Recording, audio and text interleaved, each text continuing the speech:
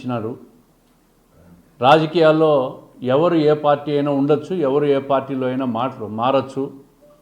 వాళ్ళు ఉన్న పార్టీ సిద్ధాంతాల గురించి గొప్పగా భజన చేసుకోవచ్చు, దాన్ని ఎవరు వద్దనరు. కానీ 25-30 సంవత్సరాలు ఒక పార్టీలో ఉండి రాష్ట్ర వ్యాప్తంగా పులివెందుల సతీష్ రెడ్డి అంటే తెలుగుదేశం పార్టీ సతీష్ రెడ్డి అని చెప్పి తెలుగుదేశం పార్టీ వల్ల నీకు గుర్తింపు వస్తే, ఈరోజు జగన్మోహన్ రెడ్డి గారి పార్టీలో నీకు ఏం నచ్చిందో కానీ నువ్వు పార్టీ మారినావు, సంతోషమే, మేము కాదనిలే. ఆ పార్టీ భజన చేసుకో, ఆ పార్టీ సిద్ధాంతాల గురించి రాష్ట్రమంతా డమ్కా ఇచ్చి డబ్బా కొట్టి తిరుక్కో. కానీ 25 సంవత్సరాలు ఈ పార్టీలో ఉండి 5 సార్లు నీకు పోటీ చేసే అవకాశం ఇచ్చి ఓడిపోయినా కూడా ఎమ్మెల్సీ ఇచ్చి క్యాబినెట్ హోదా ఇచ్చింది తెలుగుదేశం పార్టీ. పులివెందుల ఈ సీటు గెలవదని తెలిసి కూడా చంద్రబాబు నాయుడు గారు 500 కోట్లు ఖర్చు పెట్టి పులివెందులకు నువ్వు అడిగితే నీళ్ళు ఇచ్చాడు. ఈ 50 సంవత్సరాల్లో వైఎస్ఆర్ కాంగ్రెస్ పార్టీ కానీ రాజశేఖర రెడ్డి గారి కుటుంబం కానీ ఎప్పుడూ కూడా పులివెందులకు నీళ్ళు ఇవ్వలే. అది ఇచ్చింది తెలుగుదేశం పార్టీ, చంద్రబాబు నాయుడు గారు. ఆ మీటింగ్లో నీళ్ళు వచ్చినప్పుడు నువ్వు ముఖ్యమంత్రి గారికి జీవితాంతం రుణపడి ఉంటాం అని సాష్టాంగ నమస్కారం చేసిన విషయాన్ని కూడా నేను గుర్తు చేస్తూ ఉంటా.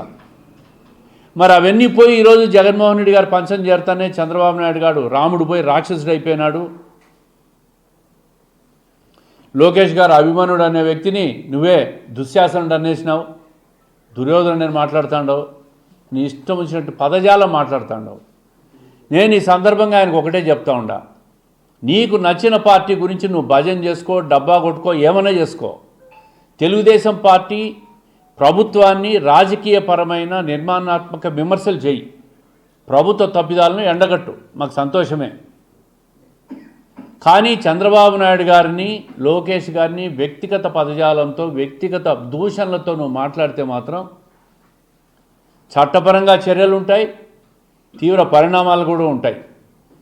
పార్టీ లైను చాలా ఇంపార్టెంట్ ప్రతి ఒక్కరికి, ఏ పార్టీలో ఉన్నా.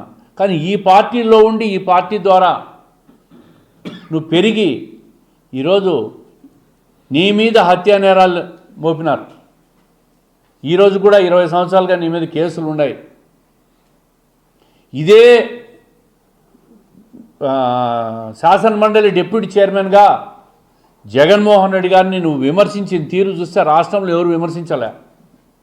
అంత పెద్దగా విమర్శించినావు, రకరకాల మాటలు మాట్లాడినావు. ఈరోజు కొత్తగా ఆ రావణుడు పోయి నీకు రాముడు అయిపోయినాడు. ఇంత అన్యాయం ఎక్కడా ఉండదు. ఇది జగన్మోహన్ రెడ్డి గారి మెప్పు కోసమో ఆయన భజన కోసమో నువ్వు మాట్లాడి నీ వ్యక్తిగతంగా ఉన్న ఇమేజ్ను నువ్వు తగ్గించుకుంటాడు. ఇది ప్రజలు ఆమోదించరు, దీన్ని కడప జిల్లా ప్రజలు దీన్ని ఆమోదించరు.